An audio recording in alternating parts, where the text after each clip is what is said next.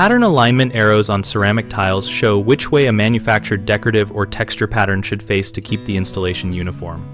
When tiles have a directional design, the arrows printed on the back indicate the intended orientation, and following them prevents visible banding or mismatched grain. Start every job by checking a random sample from multiple boxes for arrow consistency, because manufacturers sometimes pack tiles rotated.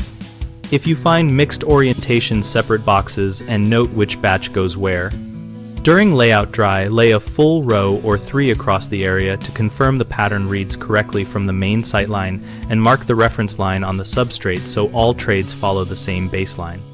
When cutting tiles, always recheck the arrow on the piece you will set, since cut edges can flip orientation unintentionally. Keep a small permanent marker dot on the face edge that aligns with the arrow to speed placement.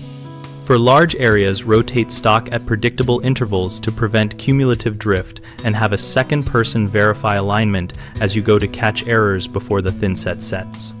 Use consistent tile rotation procedures when backbuttering and when tiling around transitions, so light reflects evenly across the surface. Common mistakes include assuming identical boxes are oriented the same, which results in visible stripes or directional shifts.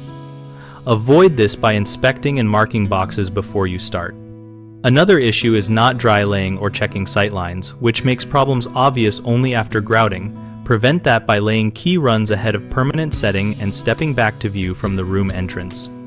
A third mistake is losing track of orientation during cutting and installation when workers flip pieces over. Solve that by marking a small face edge reference and having a simple checklist that every setter follows. BigHomeProjects.com connects homeowners with local contractors who do tile work and helps contractors find projects in their area by showcasing jobs and profiles. We also host a discussion community where we share installation tips and let members ask questions and compare experiences.